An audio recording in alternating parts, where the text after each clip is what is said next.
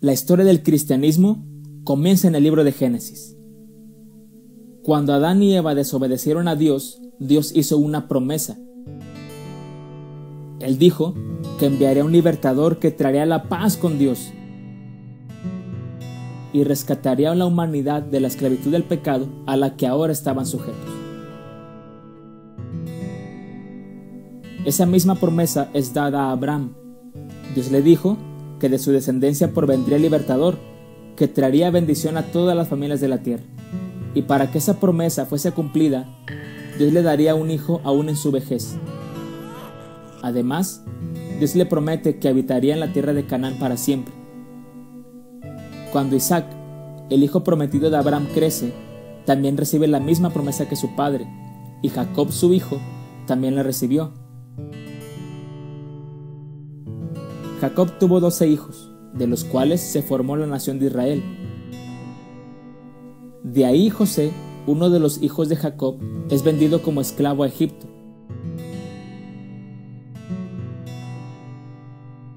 En donde más adelante es instituido como gobernador. Dios tenía un plan con todo esto, pues fue así como Jacob y su familia llegaron a Egipto y se instalaron ahí. El rompecabezas de Dios comenzaba a armarse. Jacob, antes de su muerte, predice el futuro de sus hijos y revela la promesa de Dios acerca del libertador, que en este caso sería descendiente de Judá, a quien Jacob constituye como principal de sus hijos.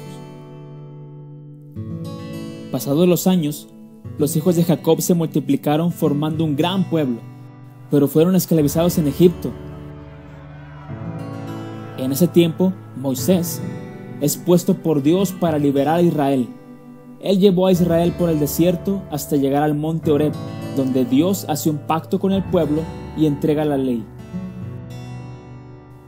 Después de 40 años de rodear el desierto por su desobediencia, se instalaron junto al río Jordán, donde Moisés repite la ley y les recuerda que el libertador vendría y ellos debían obedecer.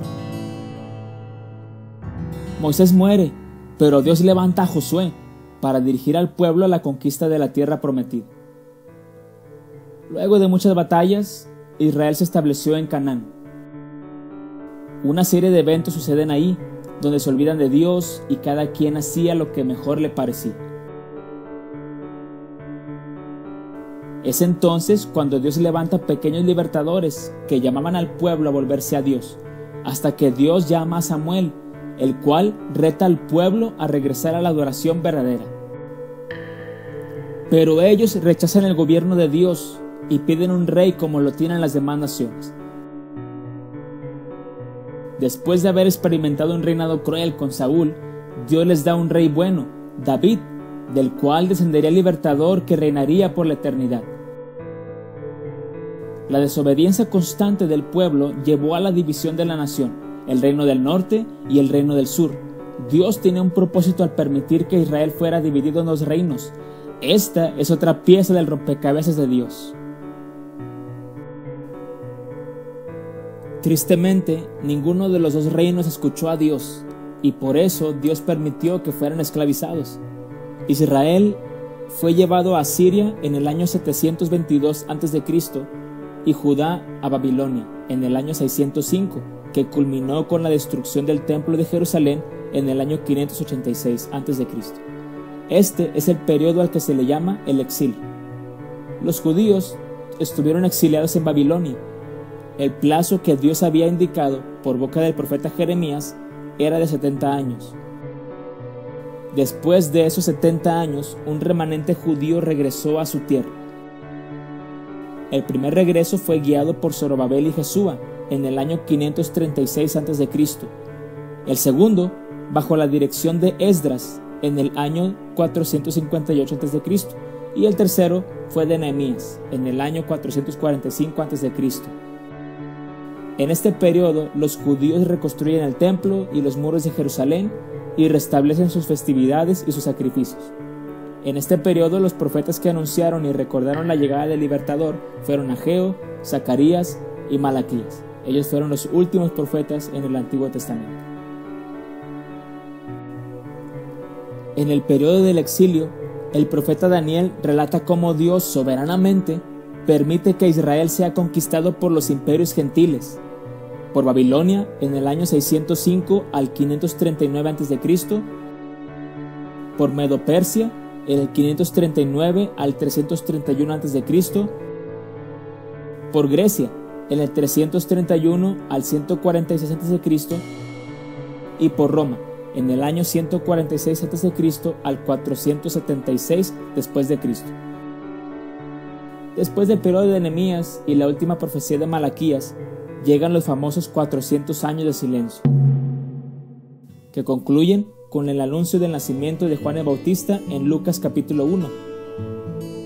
Antes de pasar a la época del silencio, debemos tomar en cuenta que el exilio trajo grandes beneficios para la cultura judía, que luego fueron importantes para la propagación del cristianismo. Los beneficios adquiridos en la diáspora, nombre que se le da también al exilio, fueron el establecimiento de rabinos y escribas. Ellos se dedicaron a estudiar rigurosamente la Torá y a enseñar al pueblo cómo es que debían cumplir los mandamientos de Dios. Otro cambio fue el establecimiento de sinagogas. Estas eran lugares de reunión donde estudiaban la Torá. Como Nabucodonosor había destruido el templo en el año 586 a.C., ya no tenían donde ofrecer sus sacrificios y adorar a Dios. Otro cambio de suma importancia fue la traducción del Antiguo Testamento al griego. A esta traducción se le conoce como la Septuaginta. Según una leyenda judía, alrededor del año 250 a.C., Ptolomeo Filadelfo reunió a 72 eruditos que se encargaron de traducir el Antiguo Testamento al griego en 72 días. Por esa razón, el término Septuaginta, que significa 70 en latín, fue el nombre que se asignó a esta obra. Es posible que la labor de traducción se haya realizado entre el año 250 a.C. y el 125 a.C. en Alejandría, Egipto. La Septuaginta se convirtió en la traducción griega del Antiguo Testamento más importante y de mayor uso, pues la mayoría de los escritores del Nuevo Testamento la consultó y la citó en sus escritos. Después de Babilonia, los judíos pasaron a ser sometidos por los persas. Ellos permitieron que los judíos reconstruyeran Jerusalén y aún se les permitió el ejercicio de su religión sin interferencia oficial del gobierno. Entre el año 334 y el 331 a.C., Alejandro Magno derrotó a Darío III, rey de Persia, en 3 batallas decisivas que le dieron el control de los territorios del imperio persa, quedando Israel bajo el dominio griego en el 332 a.C. Alejandro murió misteriosamente a los 33 años, o sea, en el 323 a.C., y al no haber dejado heredero, el imperio fue dividido entre los 4 famosos generales de su ejército. De los 4 reinos en que fue dividido el imperio de Alejandro, 2 guardan gran importancia en relación con la historia de Israel: la dinastía Ptolemaica en Egipto y la dinastía Seleucida de Siria. Los Ptolomeos gobernaron Judea desde el año 301 al 198 a.C., pero en este último año fueron derrotados, quedando así Judea bajo el dominio Seleucida hasta el año 143 a.C.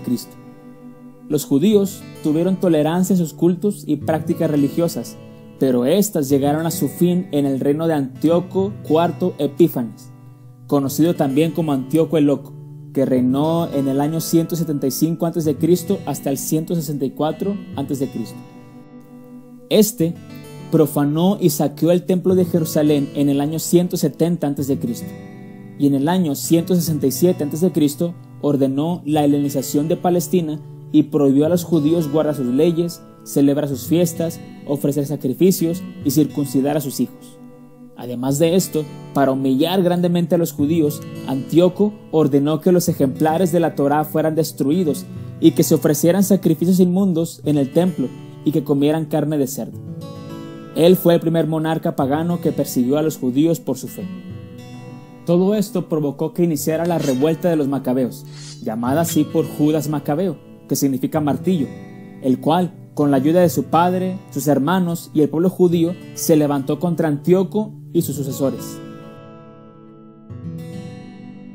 Aun y cuando las guerras tuvieron éxito durante 24 años, La influencia griega continuó en Palestina desde el 142 a.C. hasta el 63 a.C., por medio de la dinastía de los Asmoneos, nombre que se deriva de Asmón, un ancestro de los Macabeos. En el año 63 a.C., Pompeyo, un general romano, conquistó el país y depuso al último de los Macabeos, y fue así que la tierra quedó bajo el control de Roma. Poco tiempo después de la deposición de los Macabeos, los romanos les devolvieron cierta medida de autoridad, dándoles los títulos de sumo sacerdote y etnarca, que era lo que ellos deseaban conseguir. Aún así, continuaron las revueltas, y los romanos se vieron motivados a convertir a Herodes I, conocido como Herodes el Grande, en el rey de Judea en el año 40 a.C. Herodes gobernó Palestina desde el año 40 hasta el año 4 a.C. y fue el rey de los judíos cuando Jesús nació. Jesús nació entre el año 6 y el año 4 a.C., bajo el dominio de los romanos. Dios acomodó el terreno para cumplir su promesa de enviar al libertador. Este nació en el tiempo establecido para hacer la voluntad de Dios. Y aquí es donde continúa nuestra siguiente historia, pero la desarrollaremos en los próximos videos.